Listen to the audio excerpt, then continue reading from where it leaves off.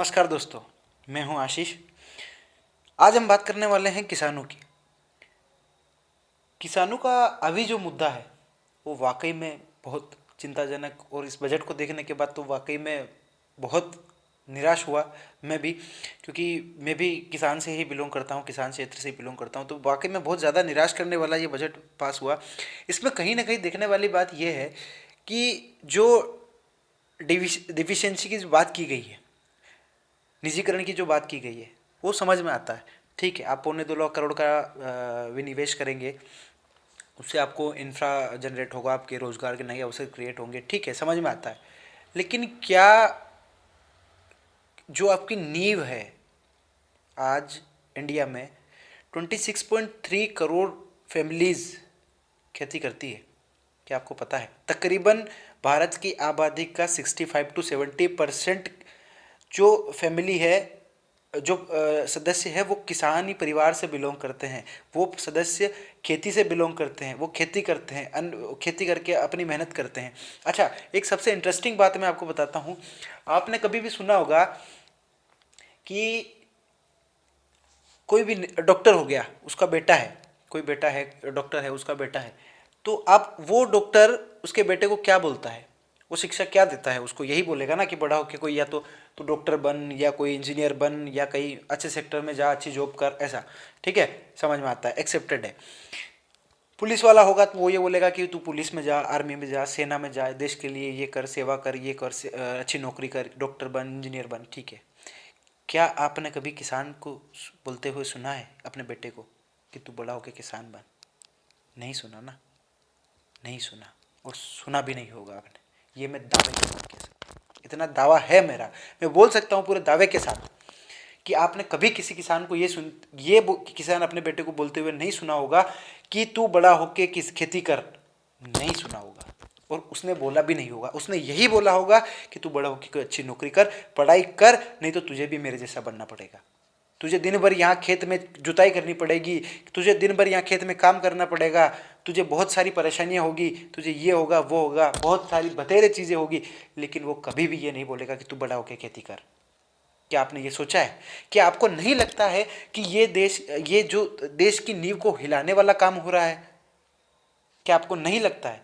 आप जरूर बताइए बात, कि आपको नहीं लगता है? आप ठीक है, मानते हैं कि बहुत सारी चीजें अच्छी हुई है, लेकिन क्या आपकी नींव अभी मजबूत है? आप बहुत लंबे समय का सोच रहे हैं, लेकिन क्या आज आपका आज सुरक्षित है? नहीं है ना। अगर है तो मुझे बताएं कैसे है, आप बताएं कैसे है। अगर आप समझा सकते हैं तो मुझे बताइए, मेरे तो समझ में नहीं आ रहा है कैसे है। अब मुझे बताएं, सरकार बात करती है ई मंडियां बनाएगी, ये बनाएगी, वो बनाएगी, तकनीक की बात करती है, डिजिटलाइजेशन की बात करती है, डिजिटल इंडिया की बात करती है, आत्मनिर्भर निर्भर भारत की बात करती है। अच्छा, सबसे बड़ा सवाल मेरा ये है कि आप मुझे बताएं कि कितने परसेंट फार्मर्स ऐसे हैं जो एंड्रॉयड मोबाइल यूज़ करते हैं, जो डिजिटल सर्विसेज यूज़ करते हैं? आप मुझे बताएं, क्योंकि इंडिया का जो ग्रेजुएशन लेवल है आज भी 65% के आसपास है, आई गेस, अगर मैं गलत नहीं हूँ तो, या उससे अभी ज़्यादा हो गया होगा, अराउंड 70 पहुँच गए होंगे। इससे ज़्यादा तो मुझे नहीं ख्याल, कि मेरा नहीं ख्याल कि इससे ज़्यादा पहुँच गए होंगे, नहीं पहुँचे होंगे ना। तो उसमें से आप मान के चलिए कि आपका 60 से 70% किसान जो है आज भी एंड्रॉयड मोबाइल यूज़ नहीं करते हैं। तो आप कैसे मान सकते हैं कि वो ई मंडियों का फ़ायदा उठा लेंगे? कैसे वो मोबाइल पे अपने मंडियों के भाव देख लेंगे? कैसे आप जो किसान समृद्धि योजना बताते हैं वो क्या उनको तक पहुंचती भी है? क्या उन्होंने कभी इनका नाम भी सुना है? क्या आपने ये कोशिश की है जानने की कभी? आप बात करते हैं आप किसानों की आय दुगुनी कर देंगे। क्या आपको पता है कि जिसके पास बहुत कम मात्रा में जगह है, मान लीजिए किसी के पास 1 बीघे ज़मीन है, 1 बीघा ज़मीन है, अगर उसमें गेहूं लगाता है तो आप लास्ट में जाके उसका खर्चा अगर काउंट करेंगे तो 3,000 रुपये बनता है। उसके पास बचेगा 4 महीने का, 3,000 रुपये बचेगा उसके बाद 4 महीने का। तो क्या वो सफिशियंट है अपनी फैमिली को सरवाइव करने में, खुद को सरवाइव करने में? क्यों आत्महत्या नहीं करेगा वो? आप मुझे बताइए, क्यों नहीं करेगा वो आत्महत्या? कब तक सरवाइव करेगा वो? क्यों? आप रोजगार की बात करते हैं, आप क्यों नहीं उनको इतना काबिल बना देते कि वो खुद से, आप खुद से किसान को इतना मजबूत क्यों नहीं बना देते कि वो आगे खुद से खेती में जाना चाहे, खुद से किसान बनना चाहे, किसान अपने बेटे को बोले कि नहीं मेरा बेटा किसान बनेगा? क्यों नहीं बना सकते आप इनको ऐसा? क्यों आप आप डिजिटलाइजेशन पे काम करते हैं, ठीक है, समझ में आता है, मॉडर्न मॉडर्न जो है मॉडर्न युग है, समझ में आता है, सारी चीज़ें मतलब पूरा एकदम तकनीक के माध्यम से चलती है, समझ में आता है। लेकिन क्या आपने उसके लिए कुछ कदम उठाए हैं? क्या आपको पता है कि अभी देश का में सिचुएशन क्या है? अभी भारत की जीडीपी अराउंड 2.5 के आसपास है, अभी 9.5% का अपनी जीडीपी का घाटा हुआ है। क्या आप इस बात को समझते हैं? अभी बहुत सारे लोग बोलेंगे कि जो सोशल मीडिया पे चल रहा है कि किसानों ये है, फर्जी है, ये है, वो है। भाई साहब, एक बार रात में आके वहाँ खेत पे सिंचाई करके देखो, ठंडी में 6 डिग्री टेम्परेचर में पिछवाड़े के टाँके ढीले हो जाएंगे, टाँके, हवा निकल जाएगी मुंह से, कान से, और पता नहीं कहाँ कहाँ से। समझ नहीं आएगा क्या हो रहा है, हो क्या रहा है, ये कैसे कर रहा है आदमी, समझ नहीं आएगा। जब रात में साई साई की आवाज़ें सुनाई देती है ना, कुछ समझ नहीं आता क्या हो रहा है क्या नहीं हो रहा है, कोई पता नहीं चलता, कोई होश नहीं रहता। वहाँ जाके किसान पूरे 3 से 4 महीने ठंडी के टाइम में रात रात भर वहीं सोता है। आपको पता है ये चीज़? जानते हैं आप इसको? आप किसानों पे थूकते हैं, आप ये बोलते हैं, वो बोलते हैं, फलानी बतेरे चीज़ें आप बोलते हैं। क्या आपको पता है ये सारी चीज़ें? आपने कभी सोचा है ऐसा इस बारे में कभी कि क्या क्या कितनी मेहनत वो करता है? एकमात्र किसान ऐसा है जो 12 महीने के 12 महीने काम करता है और उसी में सोचता है कि मैं कैसे इसको बढ़ाऊंगा, लेकिन आगे जाके क्या मिलता है उसको? जब वो मेहनत करता है, पूरा दिल लगा के काम करता है, क्योंकि उसका अपना है ना, वो नहीं करेगा तो कौन करेगा? उसको तो करना ही है, जो उसी पे निर्भर है, उनका कौशल उसी में है। हम हमेशा बात करते हैं कि इंसान को अपने कौशल पे विश्वास करना चाहिए, अपने जिसमें वो परफेक्ट है। मान लीजिए अभी जो सारे किसान हैं वो खेती करने में परफेक्ट है, लेकिन उनको रिजल्ट ही नहीं मिल रहा, क्या बात करेंगे?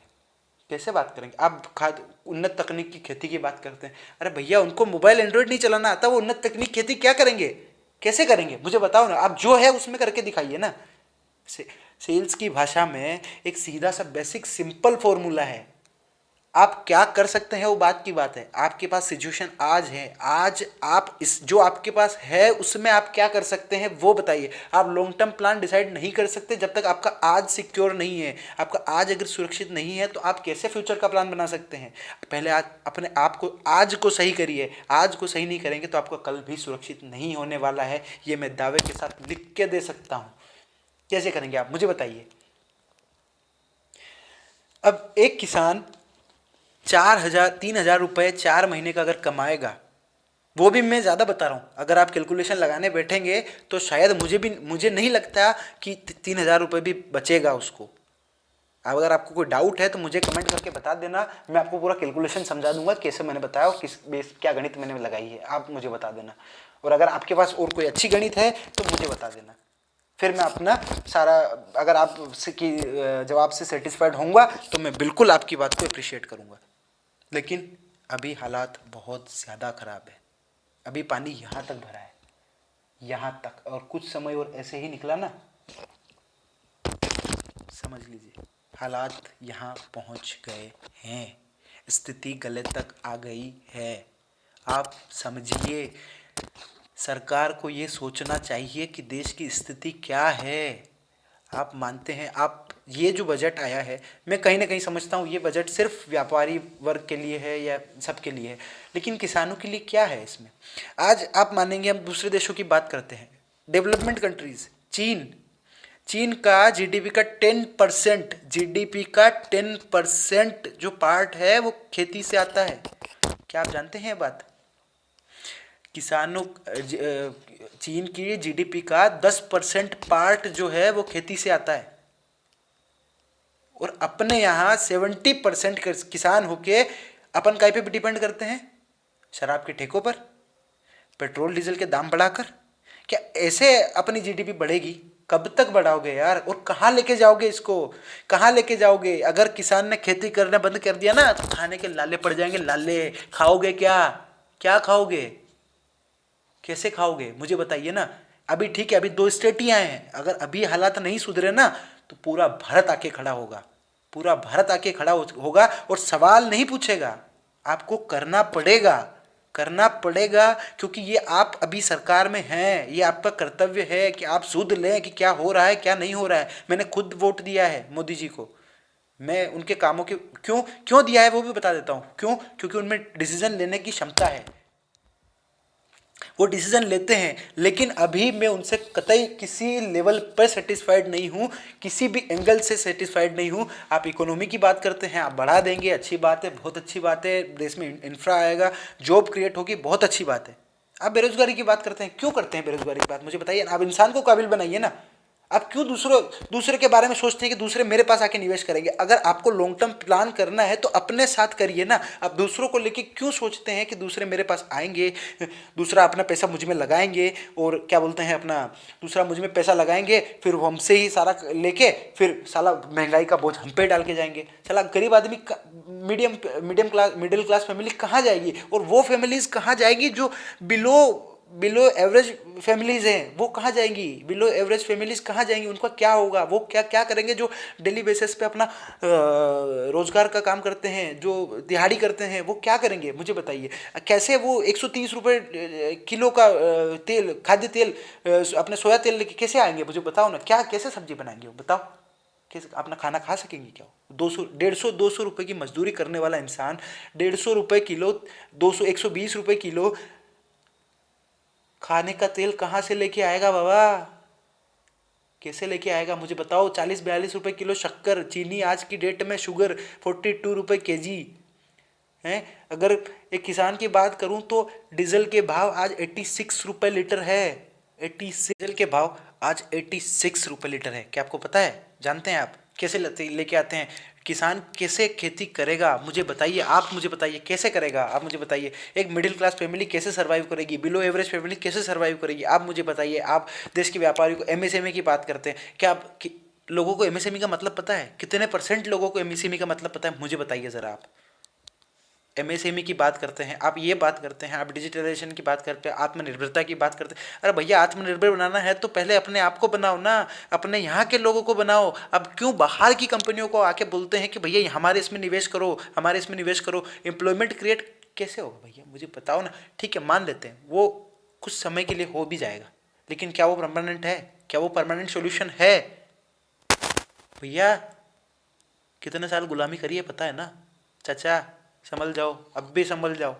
अभी कुछ समय बाकी है, उसके बाद कुछ नहीं बचेगा बचाने के लिए, अभी मौका है। उसके बाद कुछ नहीं बचना है अपने पास में, निकलते रहना फिर ऐसे ही चमचेगिरी करते रहना फिर बाद में।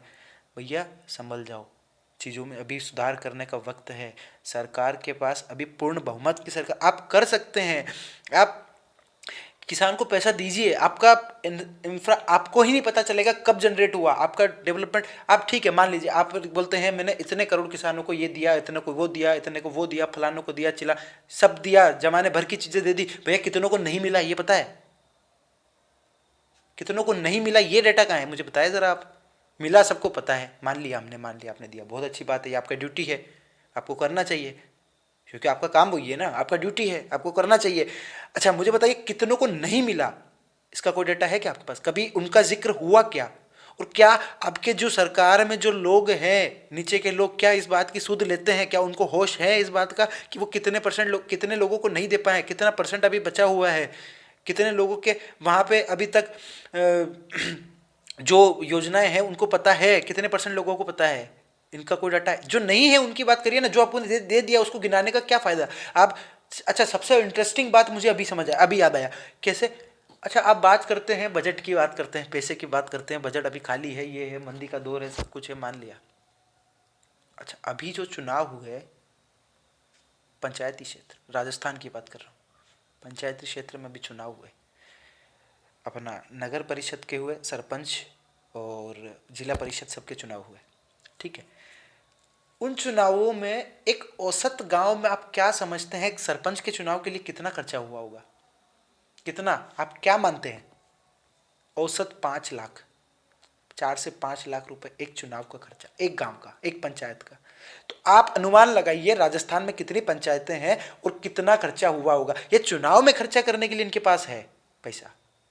हाँ दादा बाबा ये बात सही है, चुनाव में खर्चा करने के लिए इनके पास पैसा है, लेकिन किसानों को एमएसपी बढ़ाने में इनके पास कोई पैसा नहीं है, इनके पास कुछ नहीं है।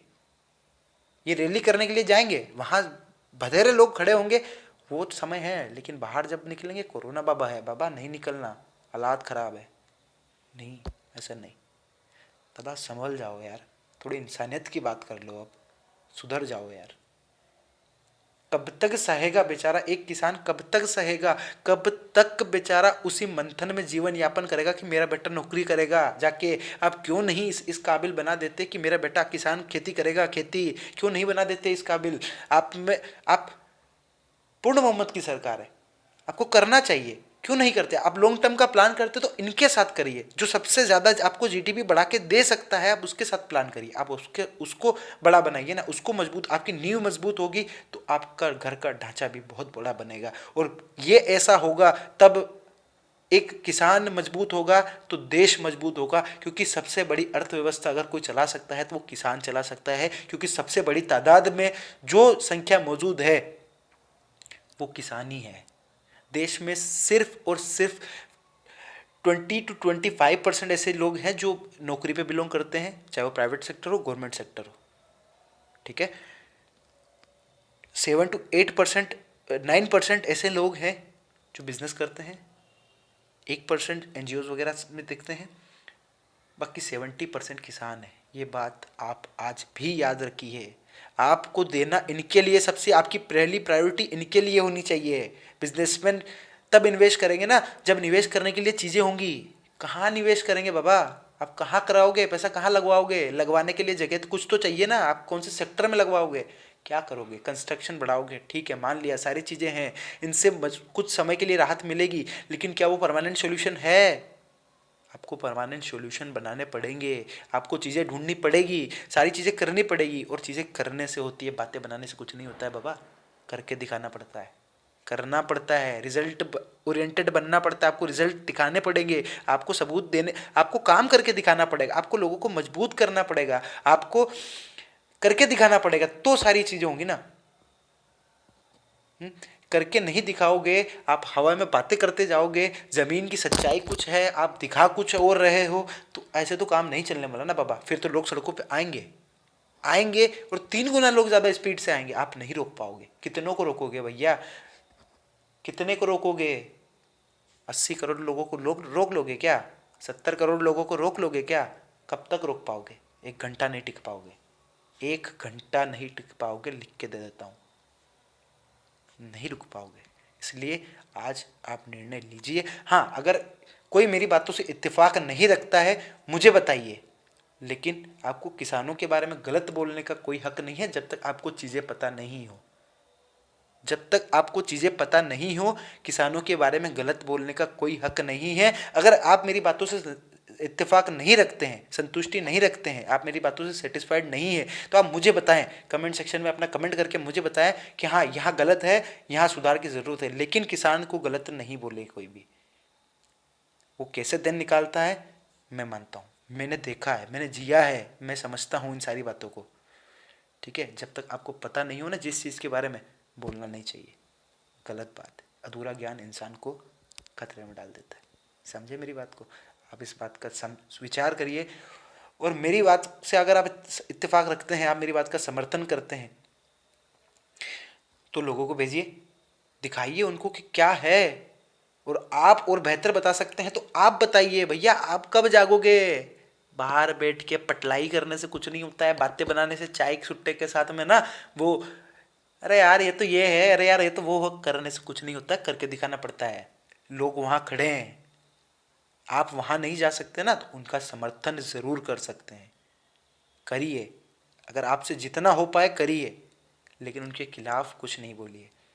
आपको नहीं पता, शांति बनाए रखें, आराम से नींद निकालें, घर सुबह ऑफिस जाएं, घर आएं, नींद निकालें, फालतू का ज्ञान नहीं बांटें। धन्यवाद, थैंक यू।